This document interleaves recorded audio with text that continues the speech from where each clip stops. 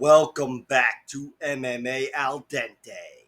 I am the guy who picked this entire card wrong, aside from maybe like Carlos Prates. But yeah, this was a disaster for MMA Al Dente. If I had to equate my gambling performance with a fighter's performance on the card, I'd say I was Miguel Baeza or maybe Julian Marquez. It's one or the other. I see paths to victory for both gentlemen. But let me start at the top by recapping this with Nasruddin Imavov getting a fourth round stoppage over Jared Cannonier. I didn't love the stoppage. I didn't love it, but I did think Nasruddin Imavov was going to win. I think Jared was actually up, so I was wrong about that. Apparently, according to Karen Bryant in the post fight uh, broadcast, she said that Jared Cannonier was up, which I think means 2-1. But I had him down 2-1. I thought he won round one, and I thought he was losing pretty much the rest of the fight. And as for the finish, first of all, who knows what it would have looked like if that round ended? Could have been halfway, or it was at least halfway to a 10-8 round. But I do think he had Jared hurt.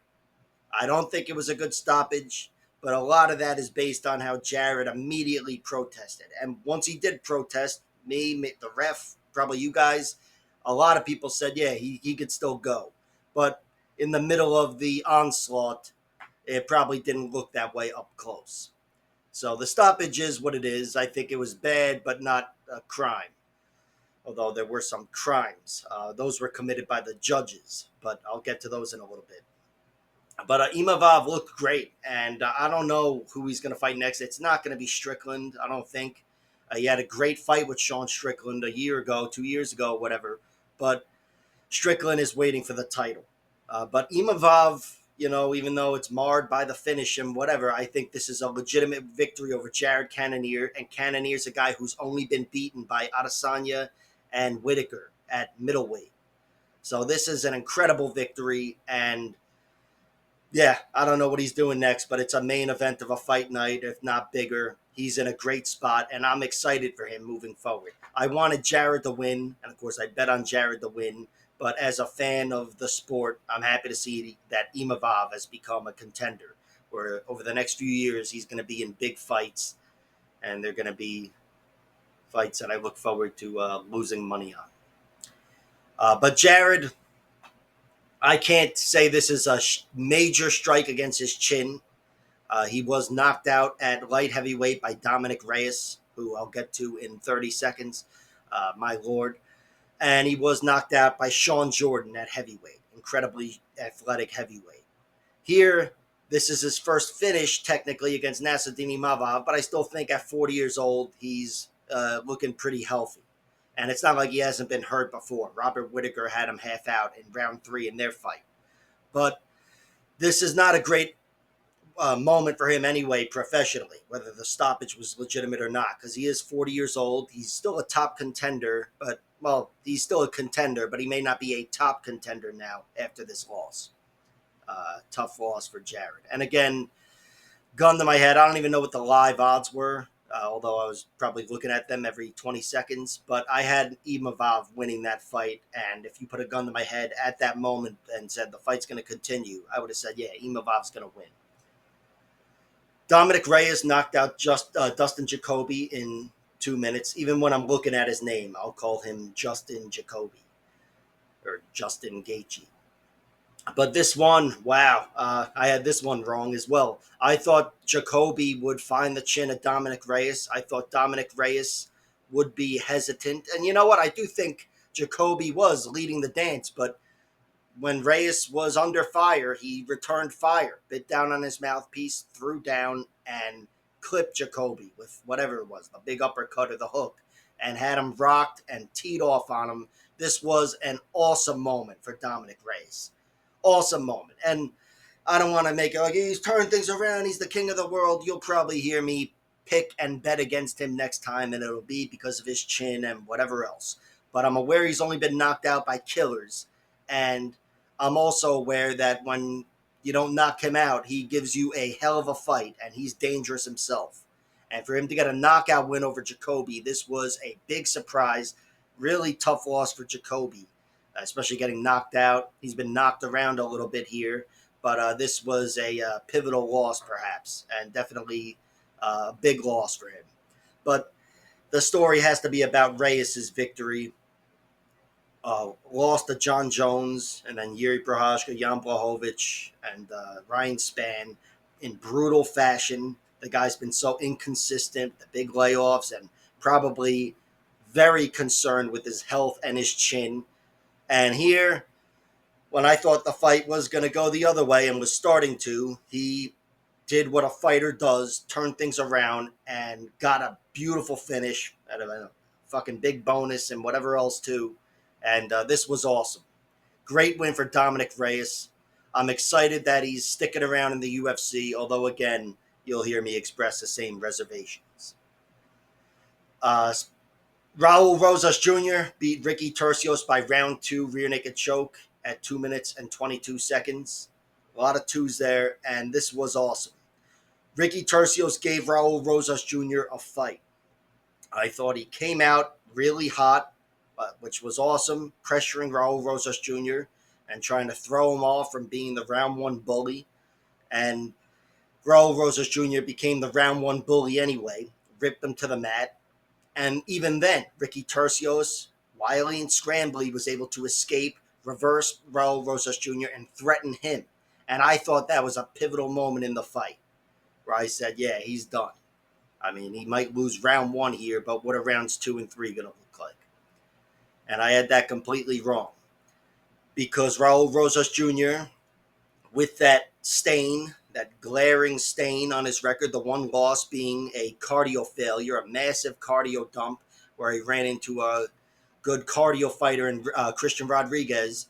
Well, he just, whatever it is, a year later, whatever, he overcame a savvy, experienced veteran with a lot of valuable round 3 experience at a very high level.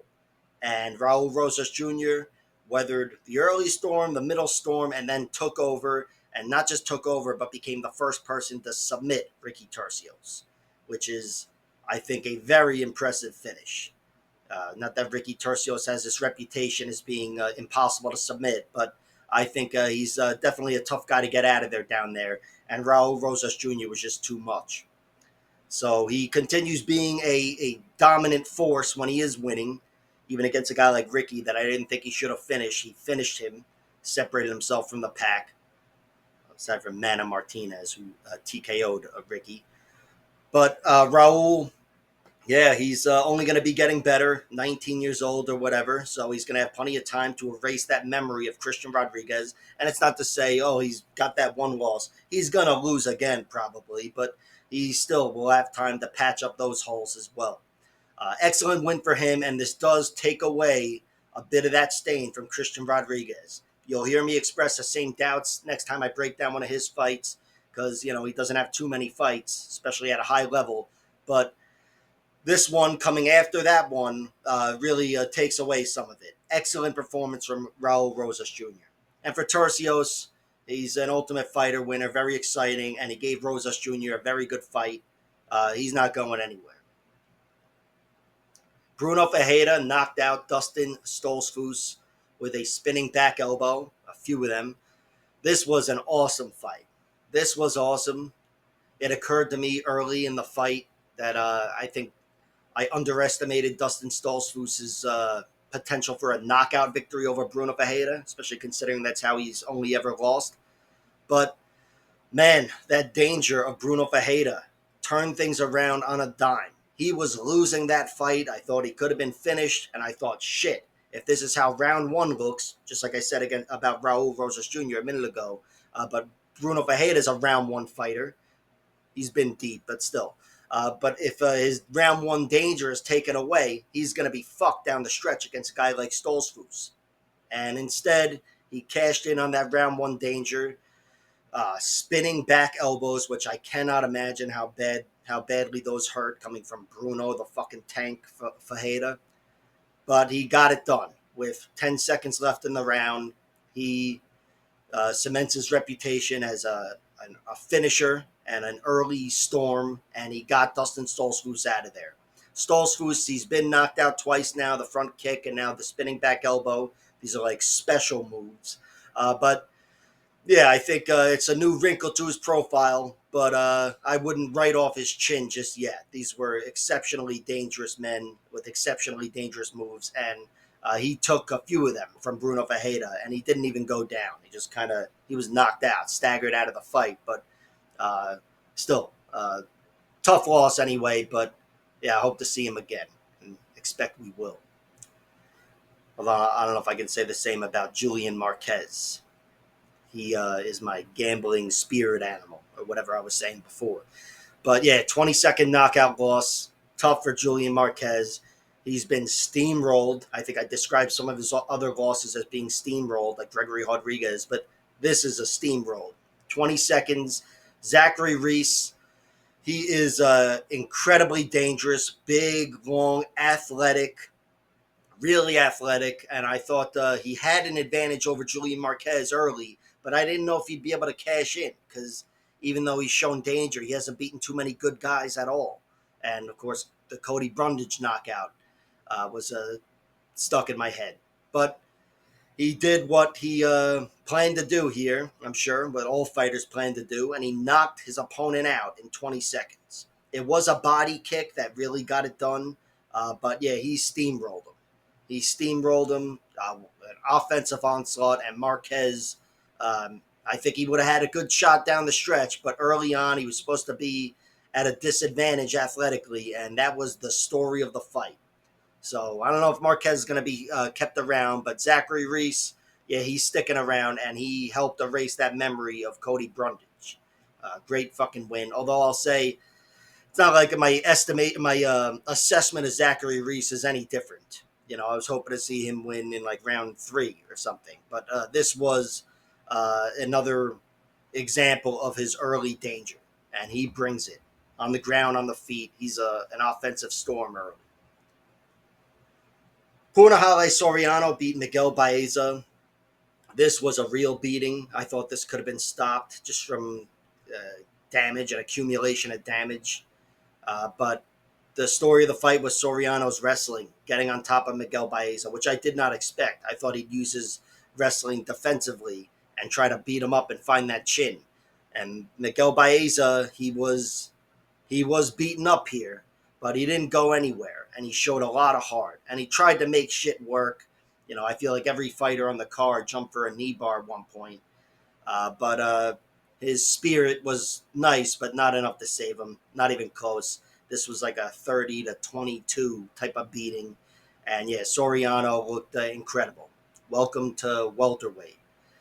He's got some heavy hands. I'm actually surprised he didn't put away Miguel Baeza, and not just by clipping his chin on the feet, but once he was pounding him on the ground and he had him in bad positions where he was able to tee off on him, I was sure he was going to get the finish.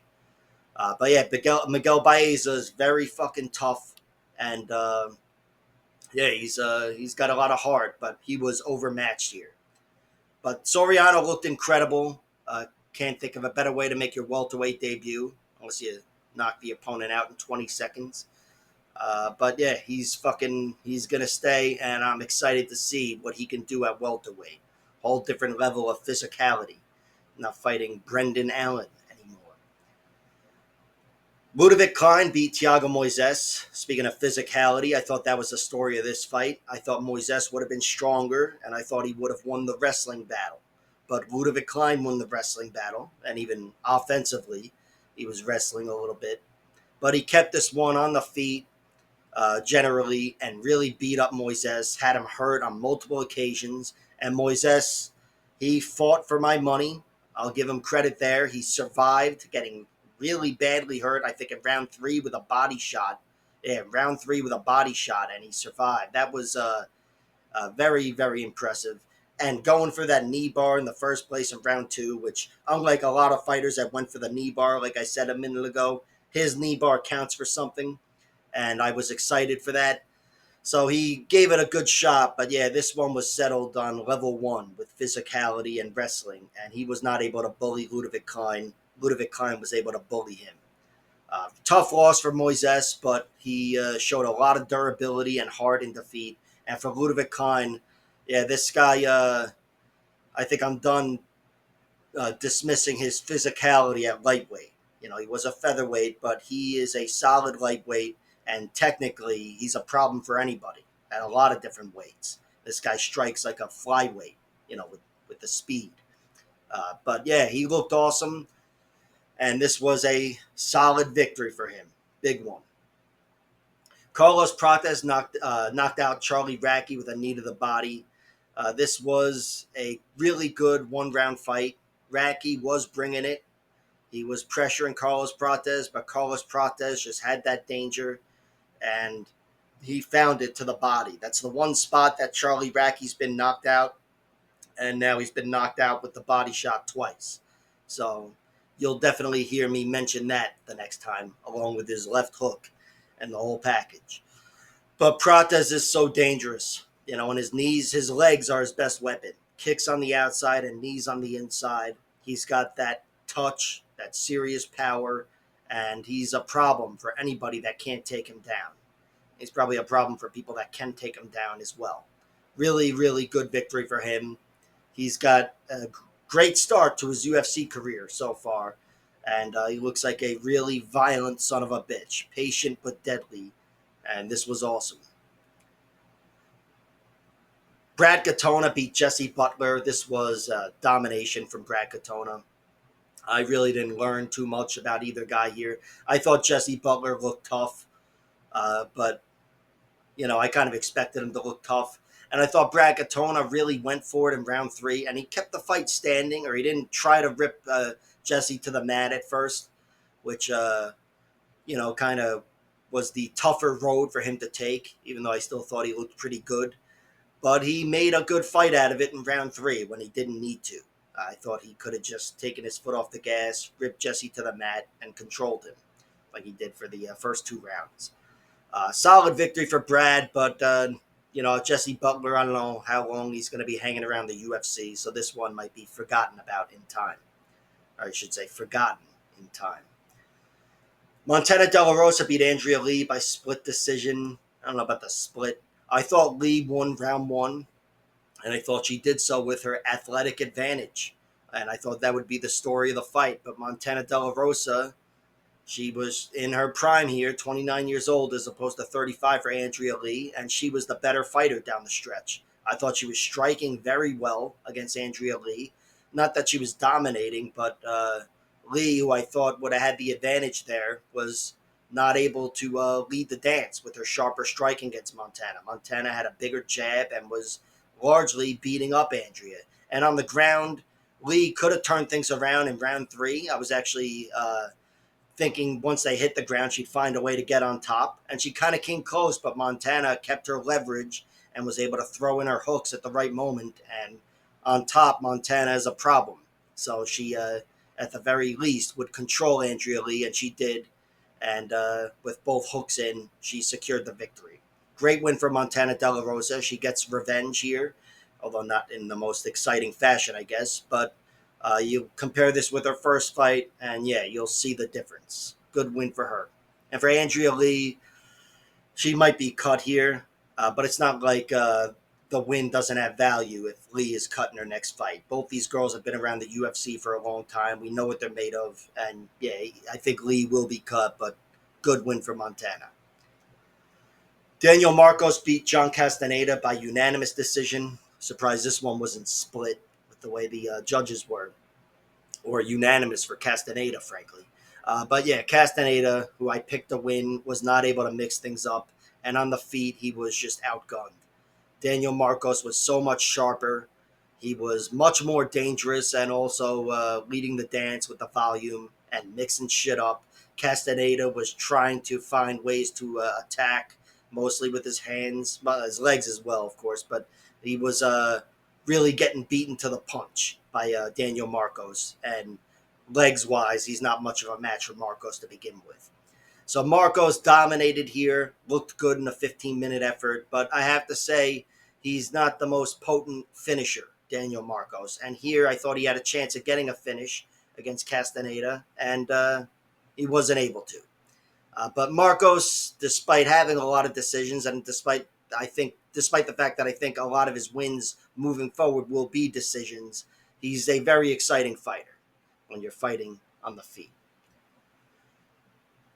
Denise Gomes beat Eduardo Mauda by split decision. All right. I thought Gomes won the fight. I thought round one was close and Mauda won slightly, but it could have gone either way. But after that, I thought she was just outgunned. She did get Gomes back down to the mat, which was impressive, and she was able to handle what Gomes was throwing at her, which surprised me. But she was not able to take over the fight. She was a step behind, getting beaten up, and yeah, this I guess it's impressive for your first loss to be to Denise Gomes and you not to get finished, but this did make her look like a limited fighter, and I envision her next loss looking somewhat like this. Cardio definitely an issue, Again, she survived and whatever, but she was not able to. She wasn't the grappler that she was in round one. Gomes, I'm sure she faded a little bit as well, but it wasn't noticeable. Gomes, well, a little bit in the end, but she had control of the fight. Once she kept the fight on the feet, I think she knew she could take her foot off the gas a little bit because she'd be winning that battle, and she did. The judges, they've been shitting the bed lately. I don't know. This was not a good decision, good scorecard. Whoever scored that for Maoda, I thought Gomes definitely won. And yeah, some judges just they have to be punched in the face or something. I don't know. Taylor Lapulus beat Cody Stamen by decision. Cody gave it a good go, but this was settled early. He wasn't able to crowd Taylor Lapulus. Taylor had just too much reach and too much dynamic striking for him. Cody would try to strike his way in, but he was met with a lot of knees, which take away some of that takedown prowess. And Cody Stamen was not a match for Taylor at kicking range. And he was really getting beaten up on the outside, on the inside, met with the knees. And yeah, he looked tough in defeat, but that's about it. Looked like a limited fighter in there compared to Taylor Lapulus. And Taylor, he's not the most exciting fighter. Again, kind of like Daniel Marcos, I envision a lot of his wins at the UFC level being by decision. But I love watching the guy fight. He's a problem for a lot of good fighters out there, and Cody Stamen's one of them. Cody Stamen is a good fighter, and this was a win that may not look so pretty, but it's a good win over a guy that's been around the UFC for a long time, Cody Stamen. And Puja Tomar beat Hayani Amanda Dos Santos by split decision. All right. This was an example of just Scrappy Doo syndrome. Let me at him! Let me at him! That was Scrappy Doo. If you don't know, it's a cartoon. That might help explain my voice, which I don't think was a good impression of Scrappy or anything. But Scrappy was Scooby Doo's little brother or friend or I don't know, cousin or something. But he was this little dog who was scrappy. He always wanted to beat up the bad guys and the ghosts. And everybody knew he'd get the shit kicked out of him. But boy, did he show heart and defiance. And that's kind of what Puja Tomar looked like. I mean, it was every round I thought was close enough. It was close, but not close enough. I thought she was doing well with her kicks and whatever, but she was being crowded. Early on, she was beaten up. But even in the second half of the fight, when Hayani Amanda slowed down, she was definitely winning. Bullying Puja Tomar with footwork alone, pressuring her, but also really teeing off on her throughout the whole fight. Teeing off on her. And Puja had good optics. She yelled in defiance. Ah! She side kicked Hayani on her ass, which, in an even fight, that's a big moment, I guess. But she lost this fight. I thought she lost all three rounds. I think she was a step behind physically. I thought she did look defiant and tough, and I appreciated her effort later compared to how she looked earlier. But yeah, this was a robbery. Some judges, they see a fighter getting his or her ass kicked, and anything that happens after that that's better than that is considered like success. You didn't get your ass kicked as opposed to round one, so I'll give you the round. And that's what I think this was. Look, I don't want to make it like Hayani Amanda dominated her, but on the scorecard she did. And I don't know the striking numbers, I don't give a shit. But I thought this was a bad decision where, you got to decide whether Hayani won 2 or 3 rounds. And instead, Puja Tomar wins 30-27. May as well have made it like 30-24. Give her some stats or something. I don't know. Some 10-8 rounds. Bad decision. Hayani Amanda Dos Santos, she's 0-2 in the UFC, but she should be 2-0. I'm thinking they'll keep her around, as a reward for getting fucking robbed. But for Puja Tomar, she's historic. She's a historic figure in MMA. She's the first Indian woman to ever win via fucking robbery. Like, share, subscribe, all that horse shit, and check out my other videos.